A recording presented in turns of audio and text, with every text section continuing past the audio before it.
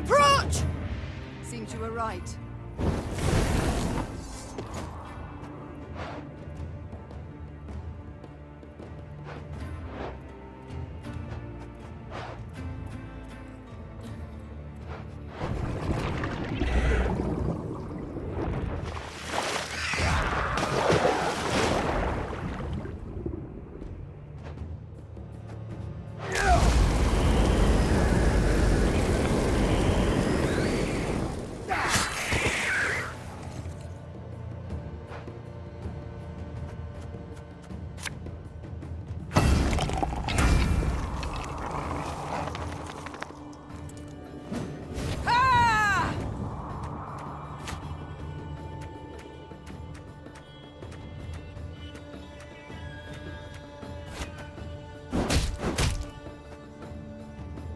Watch your heads! Don't need no weapon!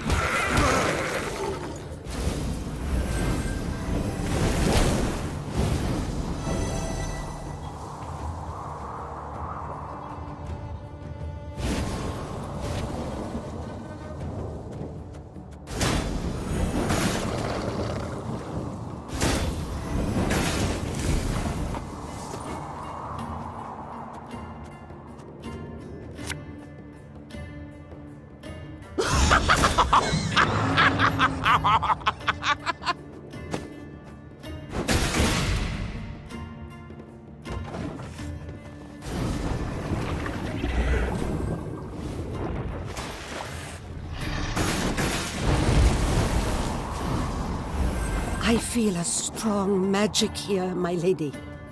Something controls these creatures.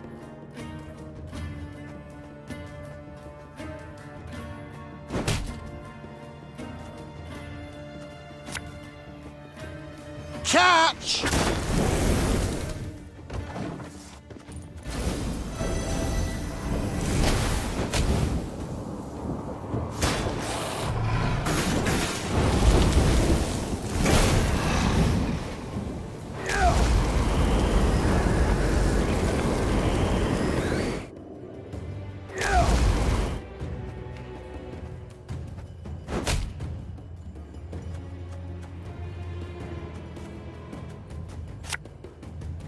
Come here! Let's dance!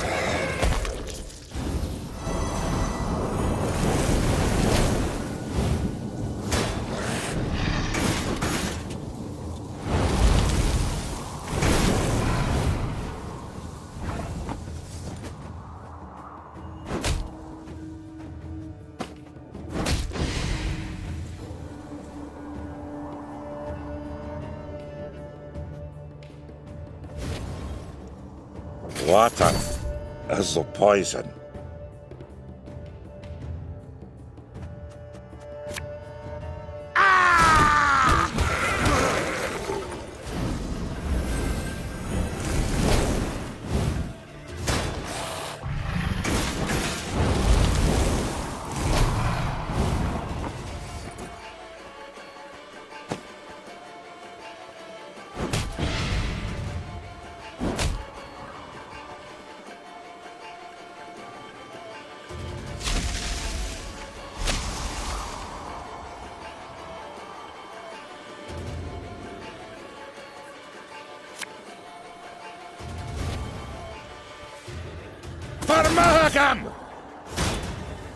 Water is the poison.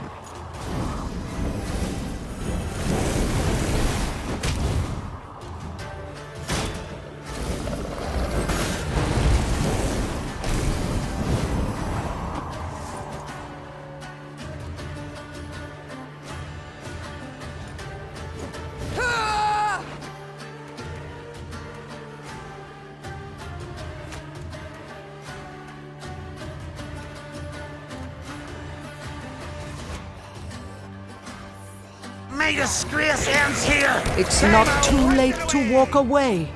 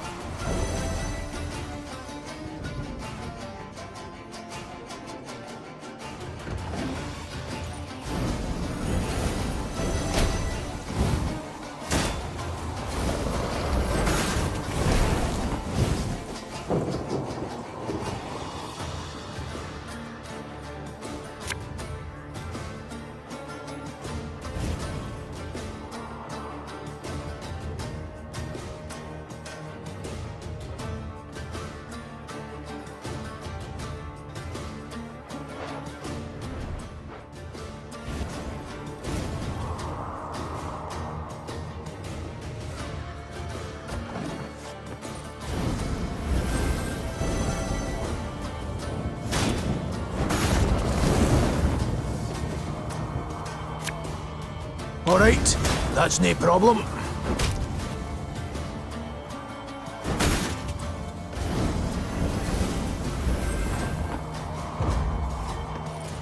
That'd be the last of them. Should be quiet for a bit.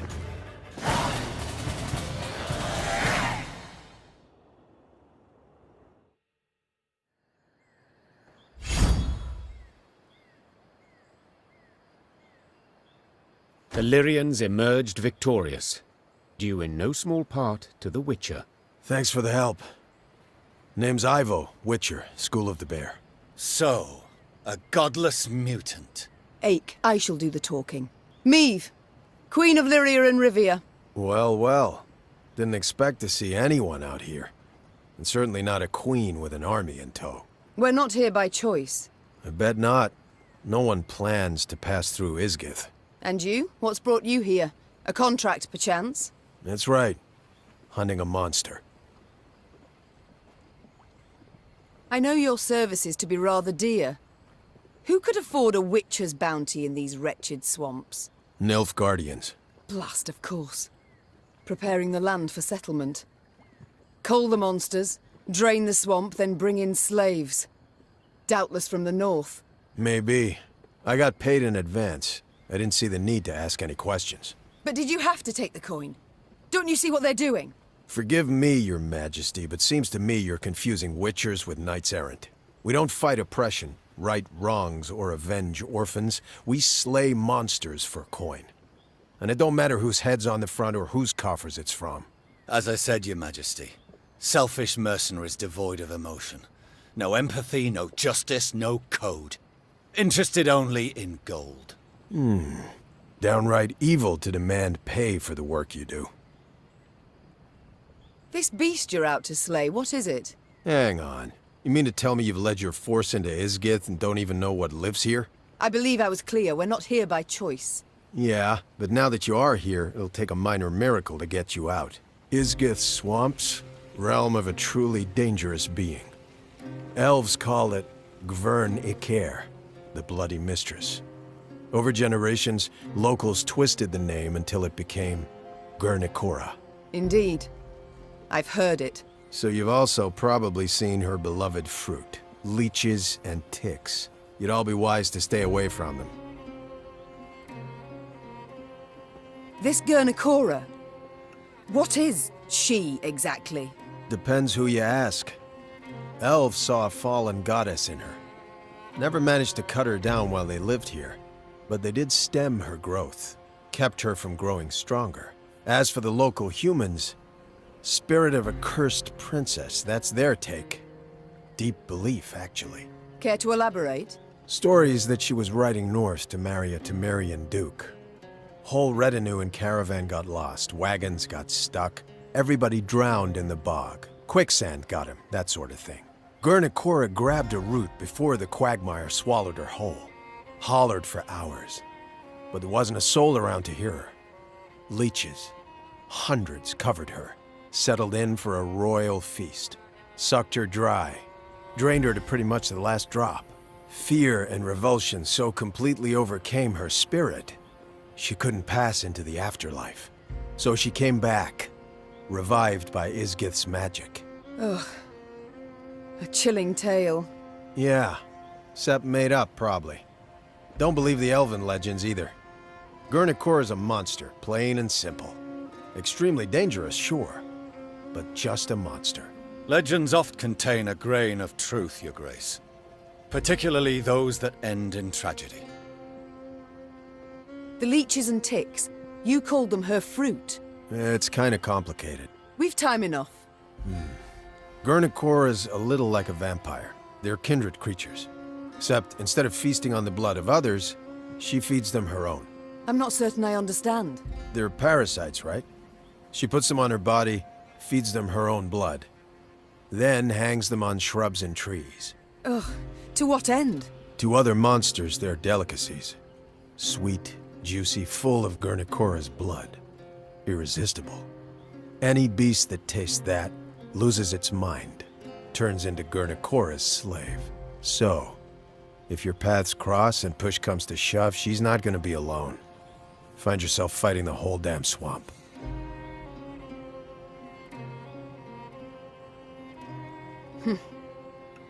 How are we to fight her? How might she be killed? Sorry, sharing secrets. Just not something we do. Not even with those who saved your life just moments past. We gotta wait till she starts feeding the parasites. She's weakest then. Stand a chance to hurt her. Right. So we attack only once she puts the leeches to her skin. Yeah. And when you kill her, if you kill her, any beasts under her spell will weaken considerably. And then, you gotta burn her corpse. I mean it, understand? Burn it. And you? Will you not hunt her any longer? No, I will. Just need to prepare. Realized that today. Gotta brew some potions, blade oils. Come back in a few days. I don't even have that much time. Nilfgaard's hordes pursue us. I must march on. In that case, wish you luck. Lots of it. I suppose there's no argument that would persuade you to ride with us. Your Grace, mutations strip us of emotion, not reason. Let him go. He'll not be missed, Your Majesty. He and his ilk, they're simply not to be trusted. The Witcher vanished midst the trees. And Meve simply hoped her soldiers had not overheard any part of their conversation.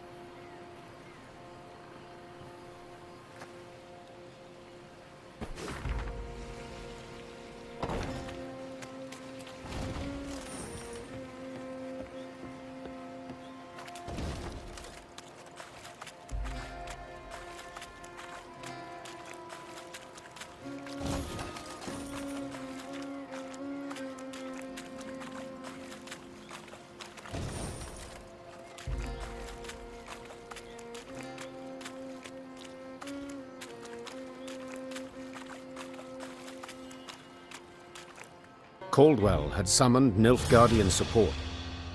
Meve assumed they were not far behind. Yet in the unforgiving terrain, a full Nilfgaardian division could not hope to close the gap. Small detachments, however, light cavalry or footmen, could very well do just that. So when black-clad men emerged from the mist, the Queen was not surprised. She ordered her troops to fall in, form up, and brace to defend the line. Yet the attack never came. The invaders stood silent, motionless, and Meve got a closer look. They were slouched, ashen-faced, unsure of step, and covered in sores. Isgith had treated them as cruelly as any. Teetering in his saddle, the commander broke formation. He rode forth and addressed the Queen in fluent common tongue. Half my men are wounded, the others sick. Your force does not fare much better. True. Yet we outnumber you soundly. Indeed. If it comes to combat, you are certain to win. But in this damn swamp, all wounds fester. Flesh is quick to rot. You will lose many more apart from those who fall. What do you mean, precisely? Asked the Queen, her eyes narrowing, her head tilted to the side. We should part ways in peace. There's a war on, there'll be another chance to fight. Perhaps even face one another. But not here. And not like this. Suddenly unsure, the Queen weighed the officer's words. Their logic was sound, though they could also prove a ruse. Your Grace, Xavier's voice came from behind Meve's back. we can't let them pass. They've done only harm, and they'll not stop and go home.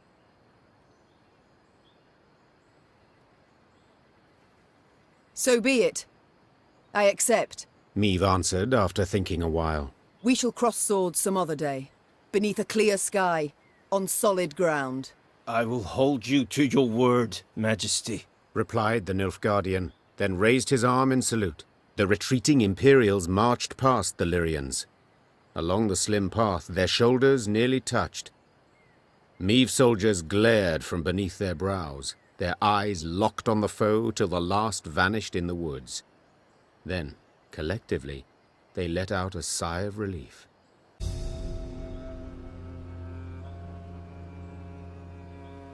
Alas, I see things differently. Meve said with a sly smile. Crush you now, and I'll have fewer to fight down the line. You seem sure of yourself, milady. Let me show you why. At them! Meve gave her mount a lash of her reins and charged headlong at the commander and his force.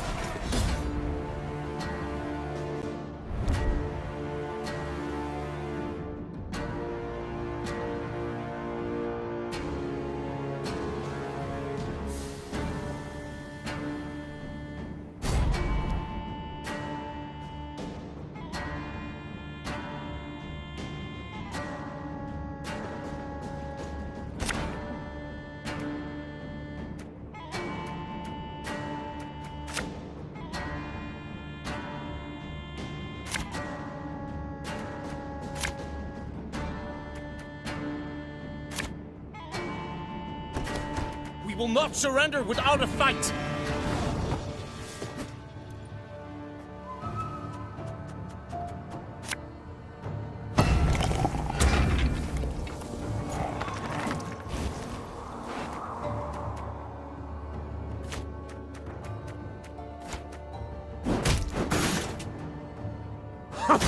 Think I'm a beer?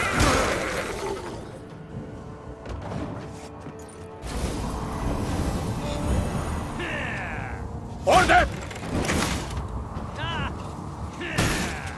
Is that really necessary?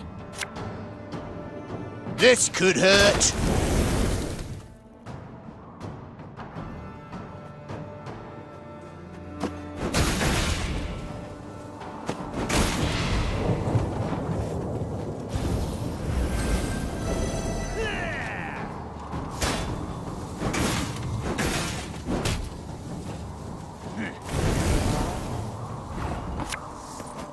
Watch your heads!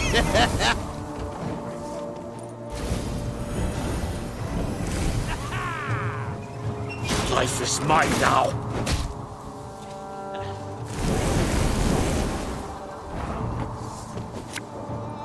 Come here! Let's dance!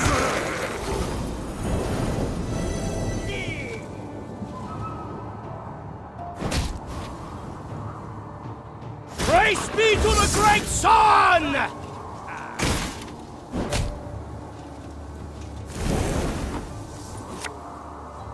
Tomorrow I'll drink with our forefathers!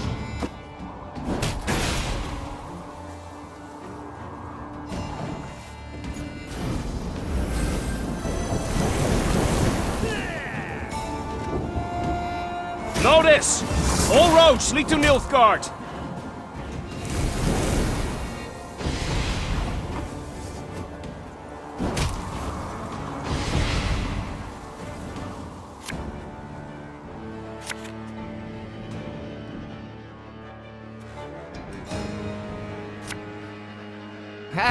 Not supposed to be any smoke.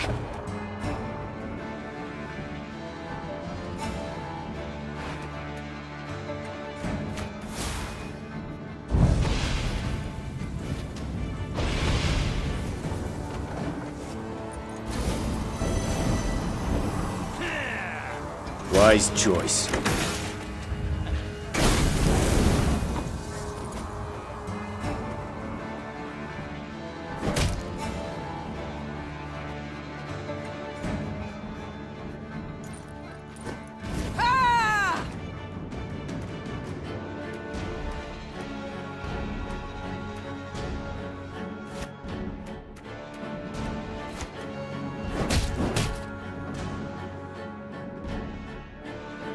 Have her done in a jiffy.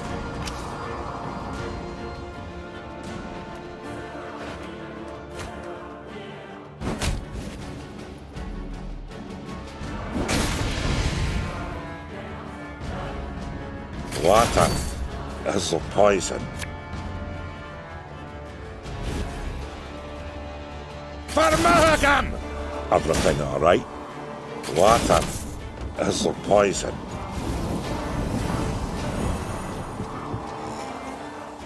Order!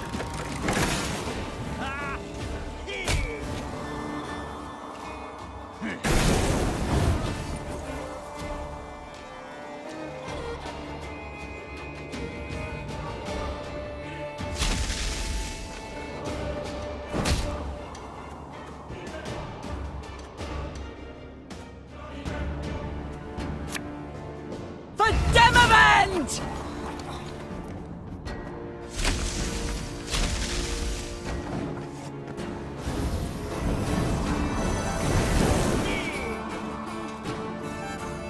Brach!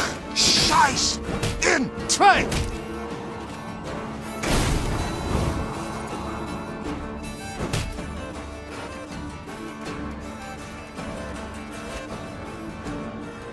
My scars? No, they don't hurt.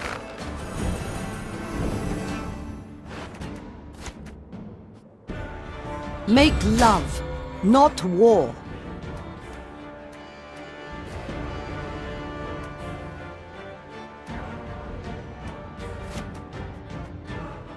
We must trust each other!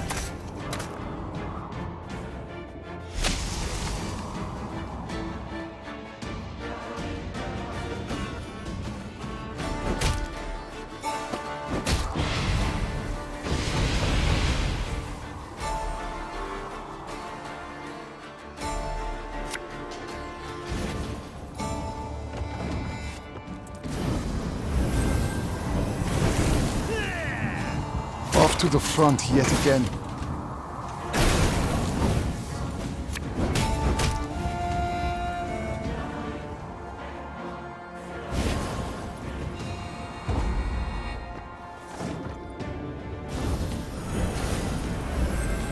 Quiet! Commissar will hear. They spoke the truth. You show no mercy. No mercy.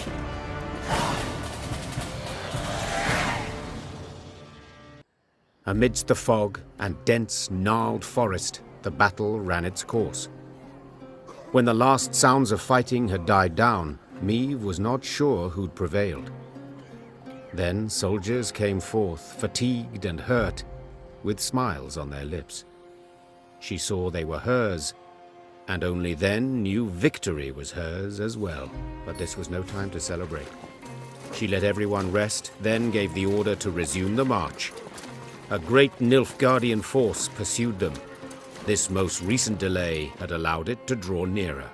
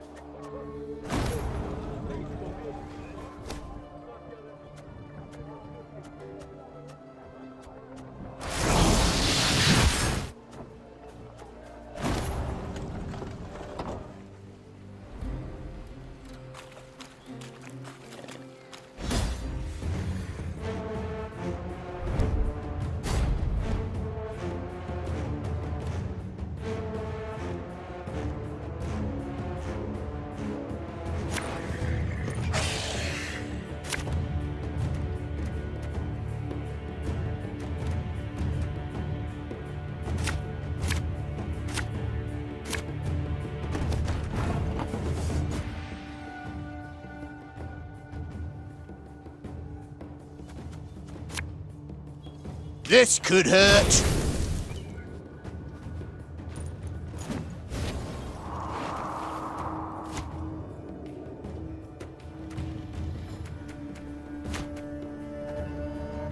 Watch your heads!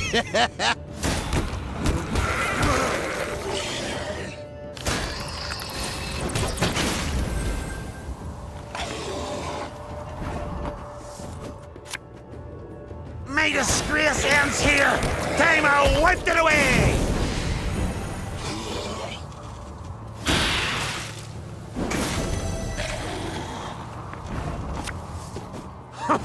Think I'm a beer?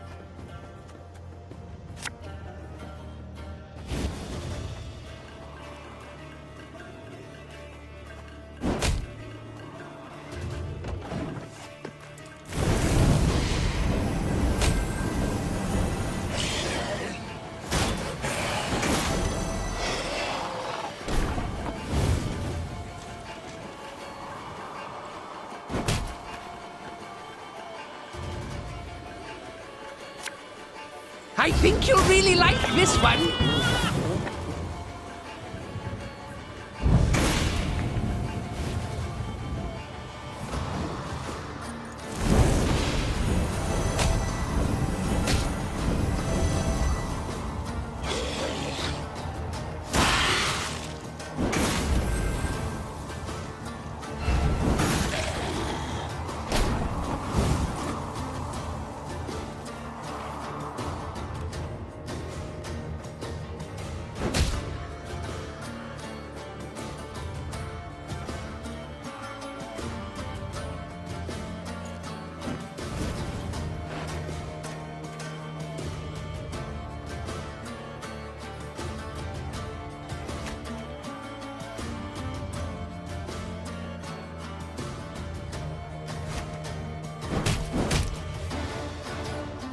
Have her done in a jiffy.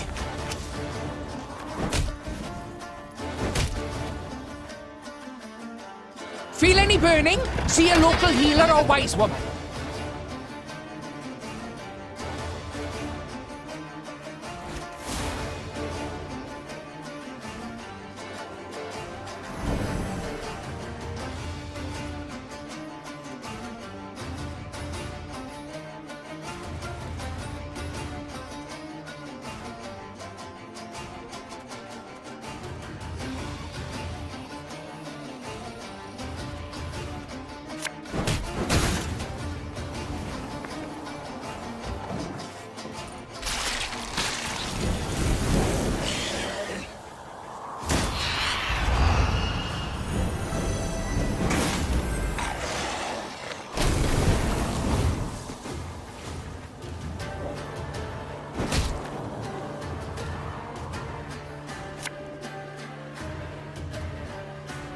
I'll fight to my last breath.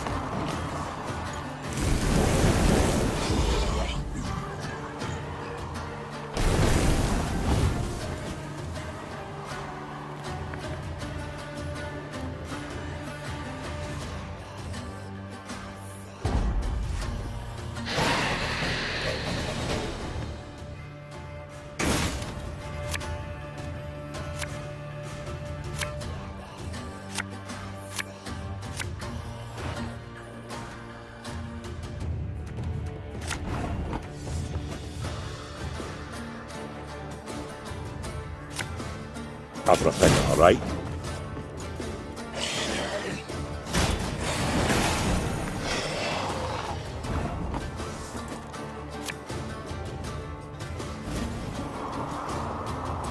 Water is the poison. Everything all right?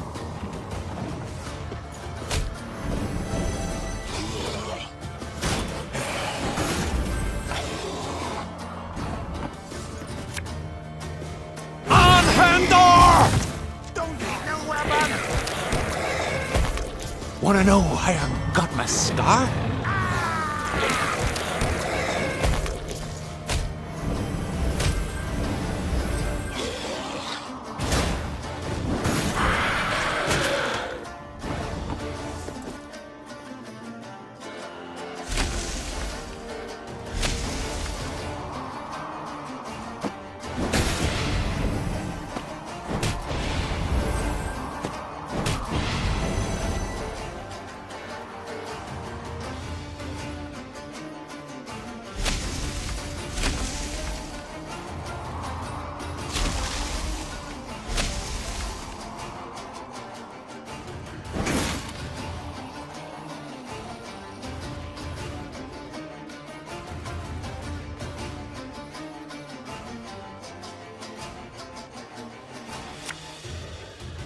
Prepare to fight, if you've any honor.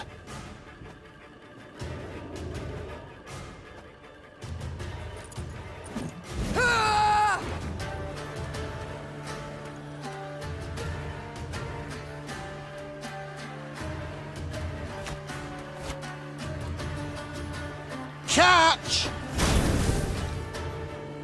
When will you ever learn?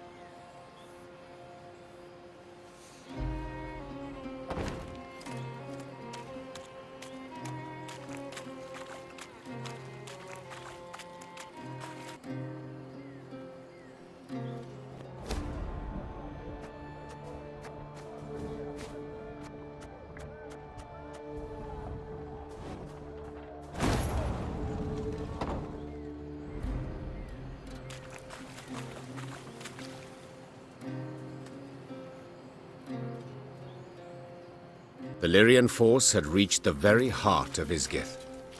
From every branch, vine, and shrub hung leeches and ticks by the dozen. Swollen with blood, their abdomens glistened, glowing red in the misty air. Air so putrid it set Maeve's head to spinning.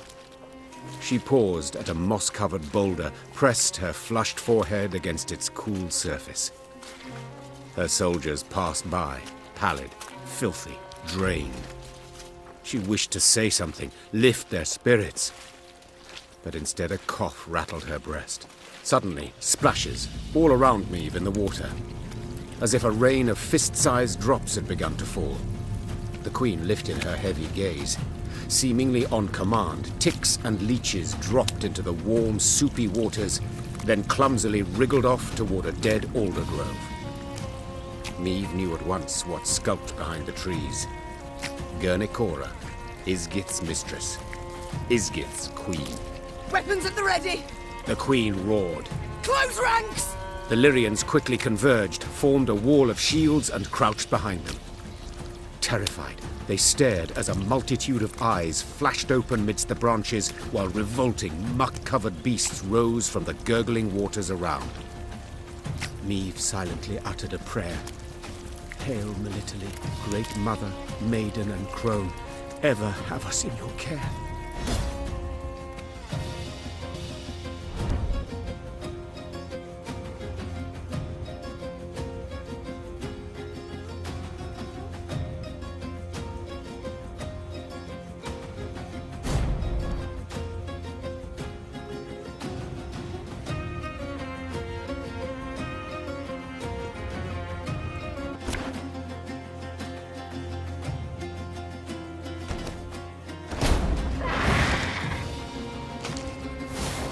Everyone, rally to me! Lose not hope. 'Tis always darkest before the dawn.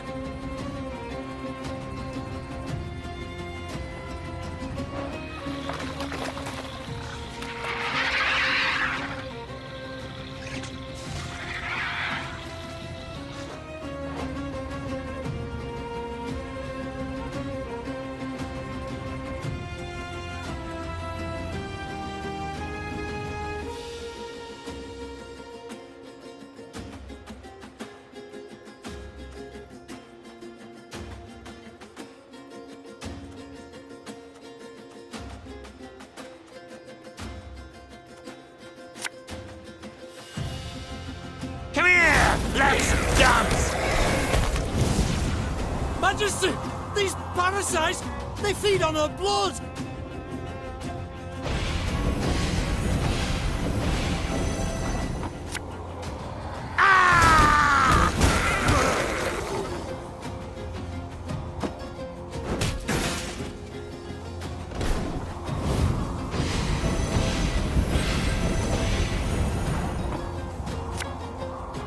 my disgrace ends here!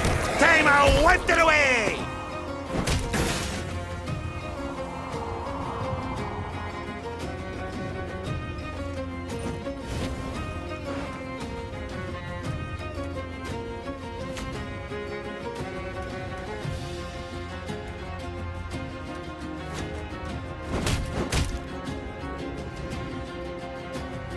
Blood washes away all shame! You sure about that?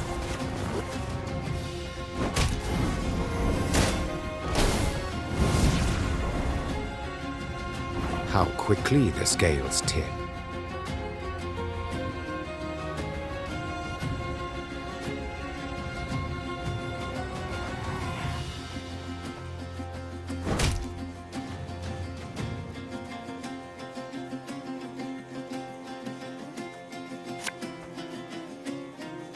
You'll never take me alive!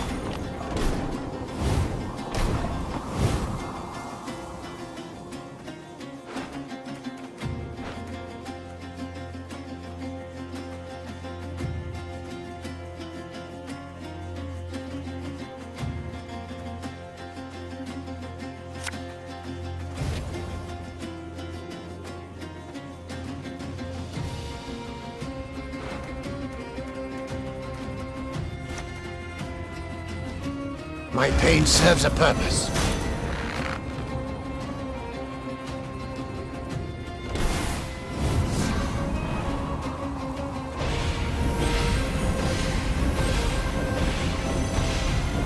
These ghastly beasts can be slain. They can be overcome.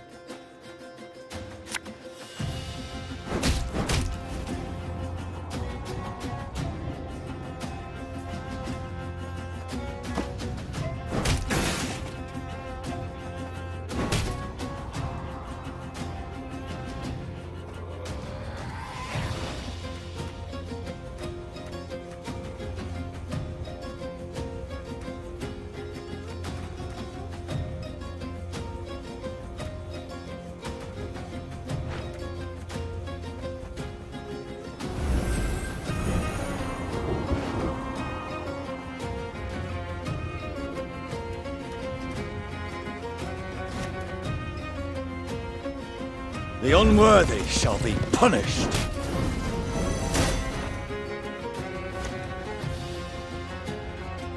Her Majesty knows what she's doing.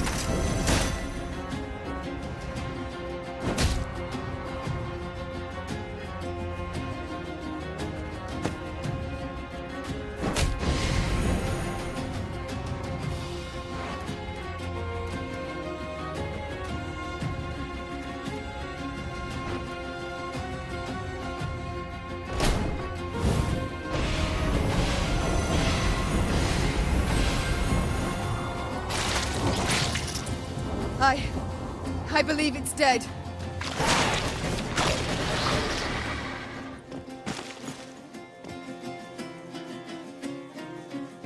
Of the battle in Isgith, Meve remembered very little. It seemed a nightmare, its details a haze, the sensations very real. Amidst a thick fog, she fought in a frenzy, desperately hacking at the scourge that advanced from all sides. In the end, silence fell over the swamp. Its boiling waters lay calmed. The ticks and leeches were gone, while Guernicora lay among rotting leaves, covered in blood, unmoving. But still a fearsome sight. Burn the corpse. Rasped the Queen. And we move on. The soldier's eyes darted about in a series of silent glances.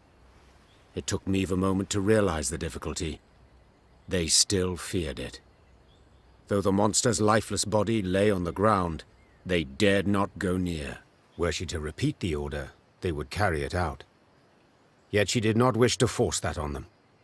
Swallowing her own revulsion, she walked up to Guernicora's corpse and set it alight. The air soon filled with the suffocating stench of burning hair and flesh. Sparks belched out as melting fat fell on flame. Until finally, nothing was left of the bloody mistress but scorched bone. The Lyrians resumed their march towards the banks of the Yaruga. They forced their weary legs to maintain a swift pace, and stole no second glance at what they'd left behind.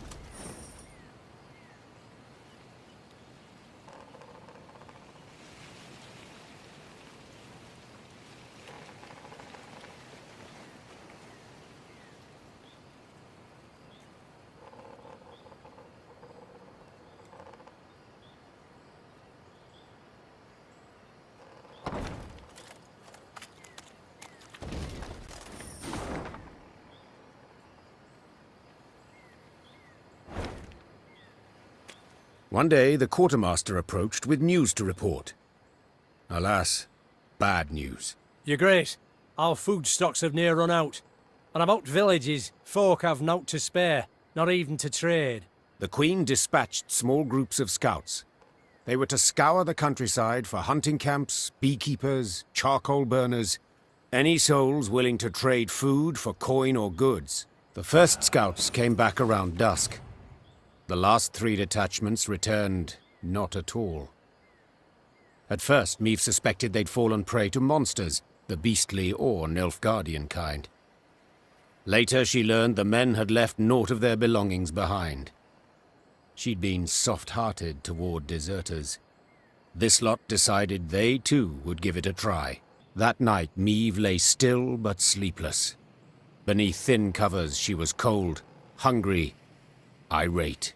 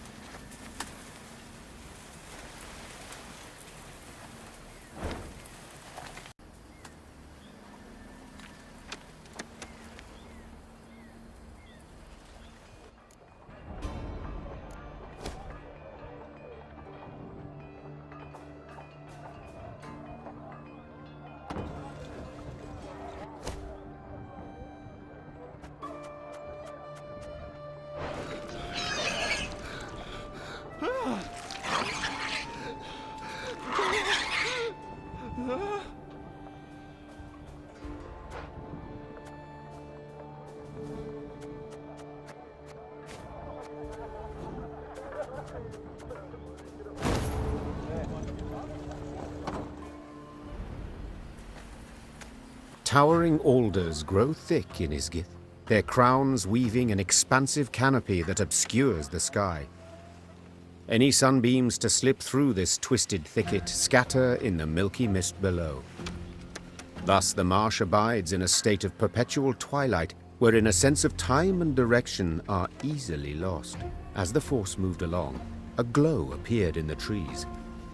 The Lyrians squinted, their mouths agape in wonder.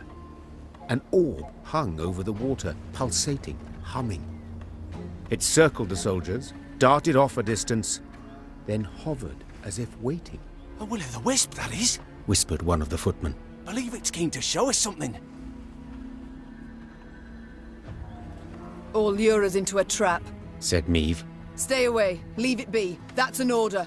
The light flickered still, and the soldiers stood so mesmerized they could hardly turn their eyes away. Later that day, as they waded through muck, they wondered where the wisp might have led them. Wondrous treasures they imagined now falling to bolder men, and the very thought made them sick. Meave knew the wisp could prove treacherous, lead them into a trap. Nonetheless, she followed, though not entirely certain why. Her soldiers seemed eager, she sensed they approved, Yet she was also simply curious. We follow it. Carefully. Weapons at the ready.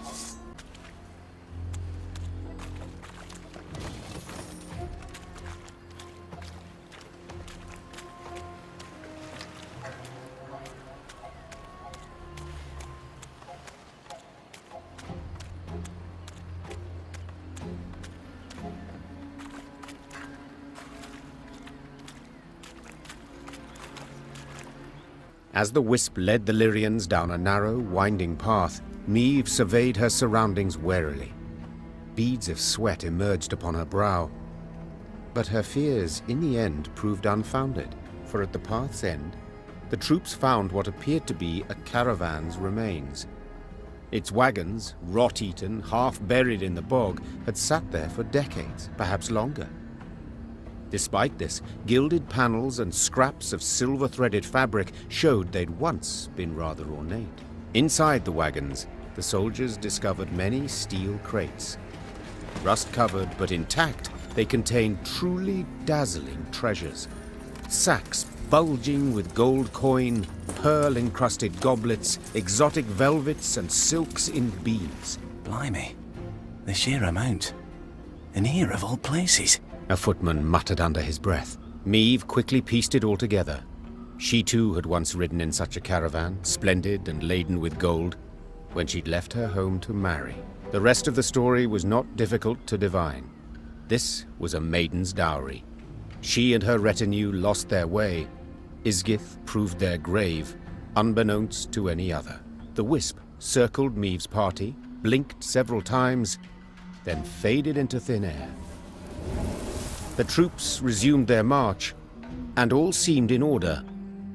Seemed, for soon several footmen were discovered to be gone. Greed had been their ruin. They'd grabbed too much. The loot had weighed them down, and the marsh had embraced them.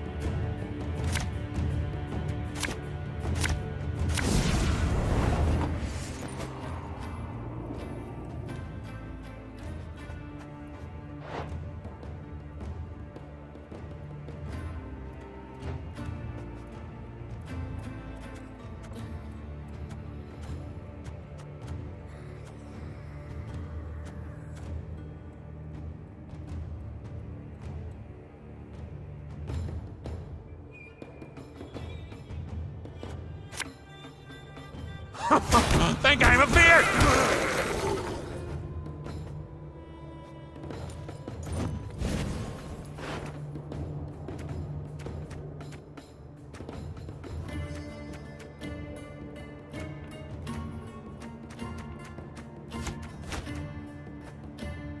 Don't need no weapon!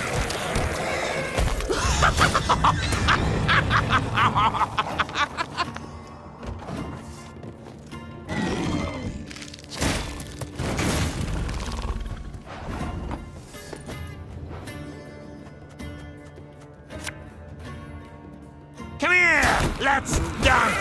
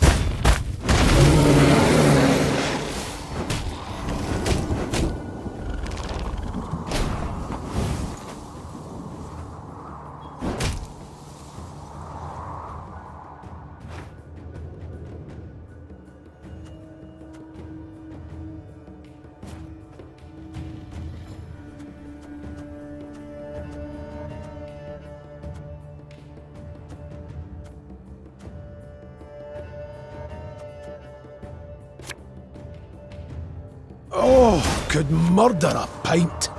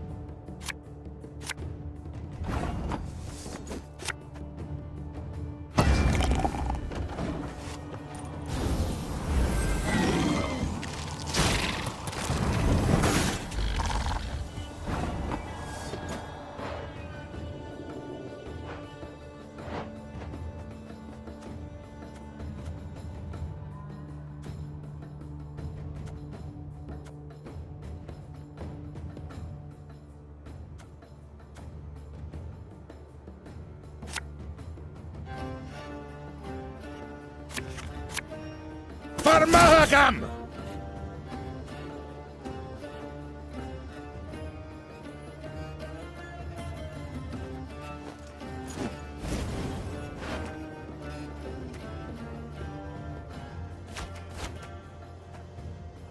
Watch your heads! Catch!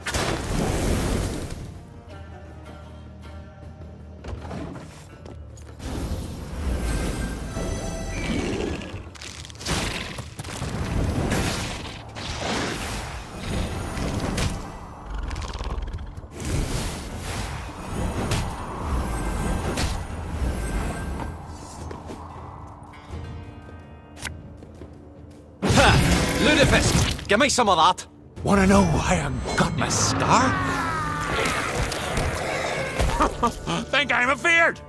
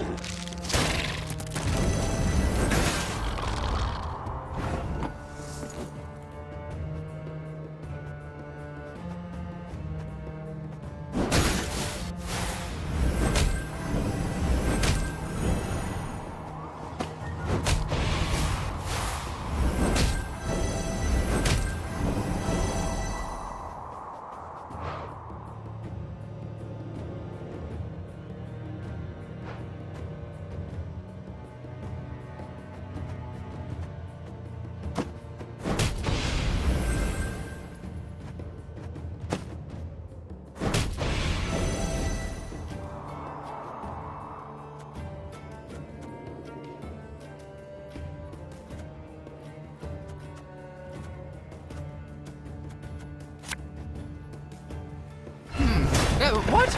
Oh, yes, I'm on it. Everything all right?